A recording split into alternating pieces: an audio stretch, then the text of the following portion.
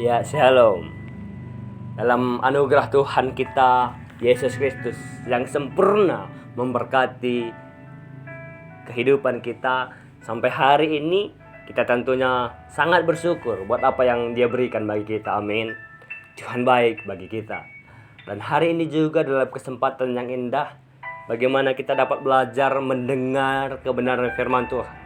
Firman Tuhan yang menjadi kekuatan, pedoman, dasar dalam kehidupan kita, menuntun kehidupan kita, memberi jawaban dalam kehidupan kita, sehingga kita menjadi anak Tuhan yang lebih baik lagi dari hari kemarin dan membawa kita lebih segambar dan serupa dengan Tuhan.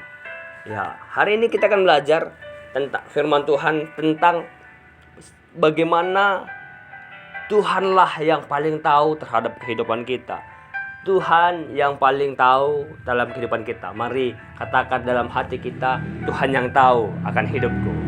Ya, haleluya. Bahwa hanya Tuhanlah yang paling mengerti.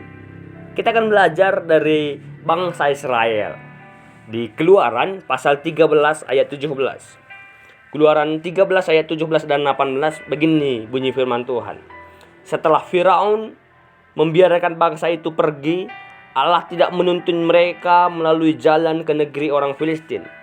Walaupun jalan ini yang paling dekat, sebab firman Allah, jangan-jangan bangsa itu menyesal apabila mereka menghadapi peperangan sehingga mereka kembali ke Mesir. Tetapi Allah menuntun bangsa itu berputar melalui jalan di padang gurun menuju ke Laut Berau. Dengan siap sedia berperang, berjalanlah orang Israel dari tanah Mesir. Ya. Bagaimana di ayat 17 berkata, setelah Firaun membiarkan bangsa itu pergi. Kita tahu bahwa sebelumnya bagaimana dengan sangat berat hati membuat Firaun tidak mau mengizinkan bangsa ini pergi. Membuat alasan lah, membuat banyak hal-hal yang menghalang-halangi seperti itu kira-kira. Tetapi setelah akhirnya mereka keluar, firman Tuhan mencatat bahwa Allah tidak menuntun mereka melalui jalan negeri orang Filistin. Kalau kita melihat peta, bisa Bapak Ibu lihat peta, searching di internet, peta keluarnya bangsa Israel dari tanah Mesir, maka dilihat berputar-putar memang. Berputar-putar di situ. Di padang gurun Kades kita akan melihat berputar-putar. Kalau kita lihat sebenarnya, bisa juga Bapak Ibu lihat, dari Mesir ke Kanaan itu tidak terlalu jauh sebenarnya. Mesir, Kanaan ini di tengah-tengahnya Filistin. Kalau kita tarik sebenarnya jalan lurusnya bisa saja jalan lurus.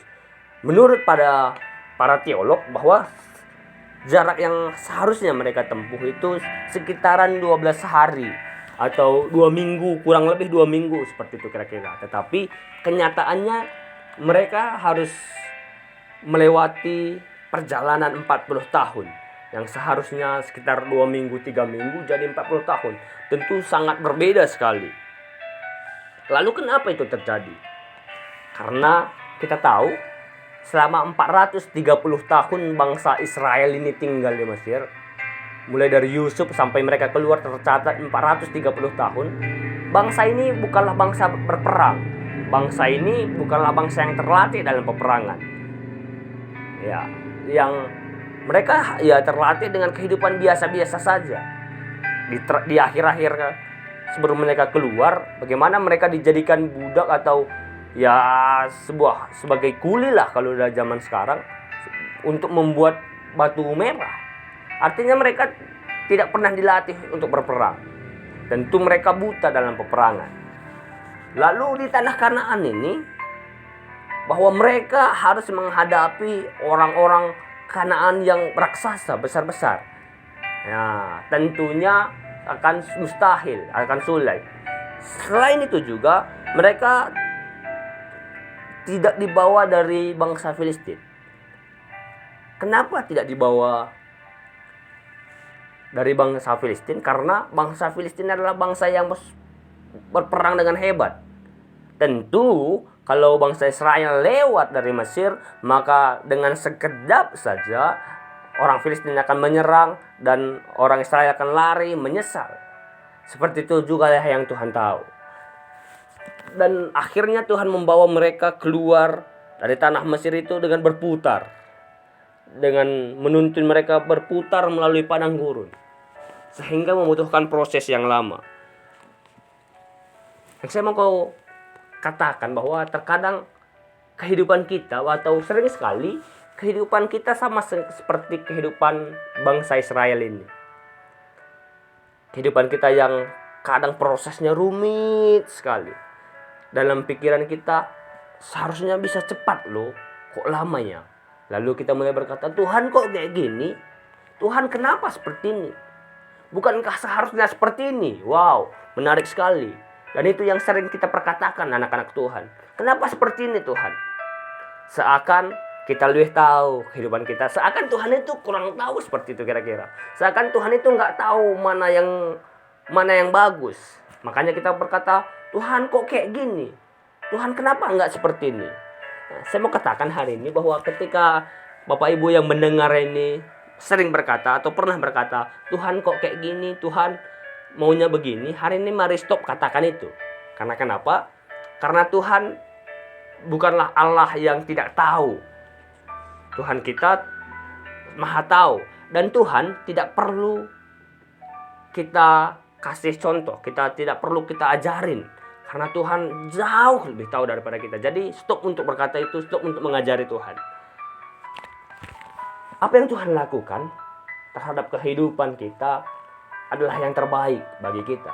Seperti yang dilakukan Tuhan kepada bangsa Israel. Tuhan tahu mana yang terbaik. Makanya Tuhan membawa mereka keluar berputar. Selain daripada mereka harus berputar menghindari orang Filistin, Tuhan juga mau membentuk kehidupan mereka, memproses mereka, membentuk mental mereka, sikap mereka, kehidupan mereka. Sampai nanti akhirnya bagaimana kita tahu sendiri bangsa Israel ini menjadi bangsa yang berperang dengan hebat. Di dalam proses perjalanan ini bahwa Tuhan mau memperkenalkan Dia siapa kepada umatnya ini. Sama dengan kehidupan kita. Ketika kita juga diproses oleh Tuhan.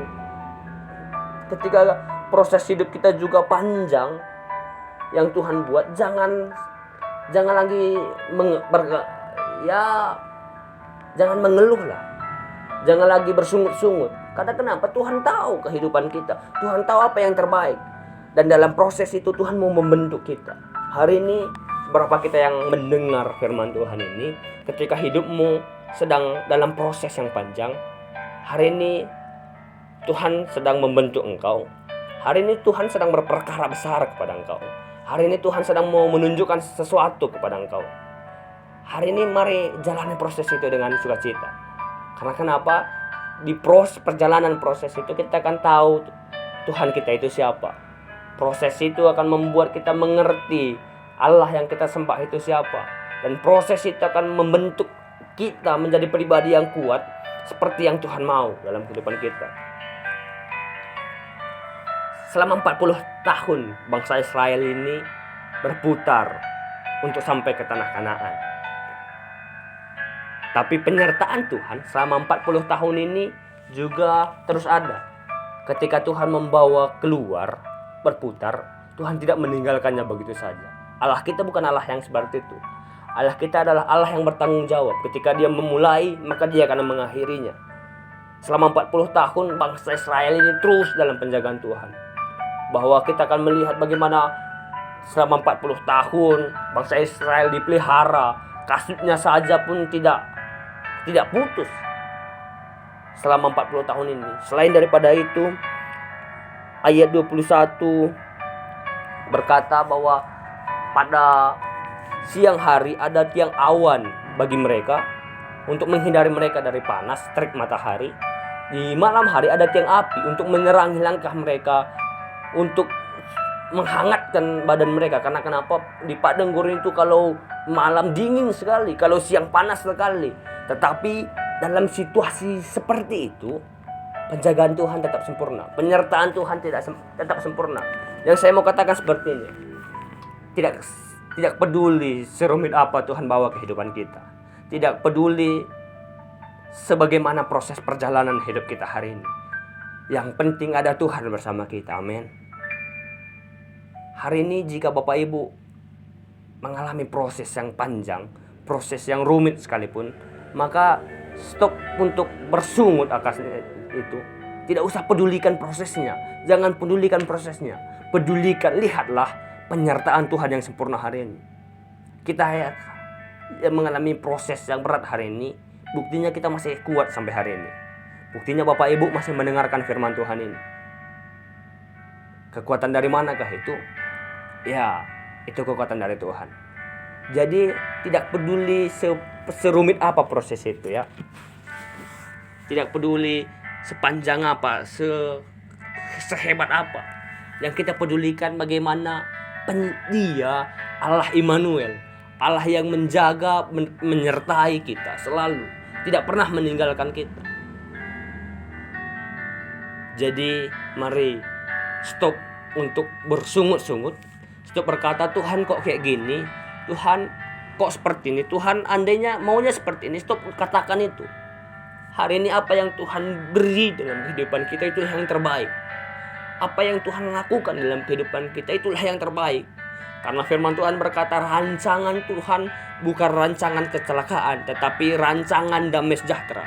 Jadi yang hari ini Tuhan buat adalah yang terbaik dalam kehidupan kita. Amin. Amin Bapak Ibu. Ya, saya teringat dengan satu kalimat bahasa Jawa. Kata-katanya seperti ini. Opo sing dadi karepe Gustiku, niku kudune sing tak tindake. Senadyan ora cocok karo atiku, nanging iku sae kanggo uripku. Artinya bahwa terkadang apa yang Tuhan mau dalam kehidupan kita enggak cocok dalam hati kita. Tetapi itulah yang terbaik dalam kita dan untuk kita. Jadi dalam proses apapun yang Tuhan berikan hari ini, stop bersungut-sungut. Karena kenapa? Karena rancangan Tuhan yang terbaik dalam kehidupan kita. Mungkin hari ini kita tidak mengerti, tetapi setelahnya kita akan berkata, oh ternyata seperti ini, oh kayak gini rupanya. Seperti itu kira-kira. Jadi mari tetap kuat buat apa yang Tuhan berikan hari ini. Kuat menjalani proses yang Tuhan berikan hari ini. Kamu pasti bisa. Karena kenapa? Ada Tuhan yang bersama-sama dengan kita. Jangan pedulikan prosesnya, jangan fokus pada prosesnya, tetapi fokuslah pada penyertaan Tuhan. Tuhan Yesus memberkati kita semua.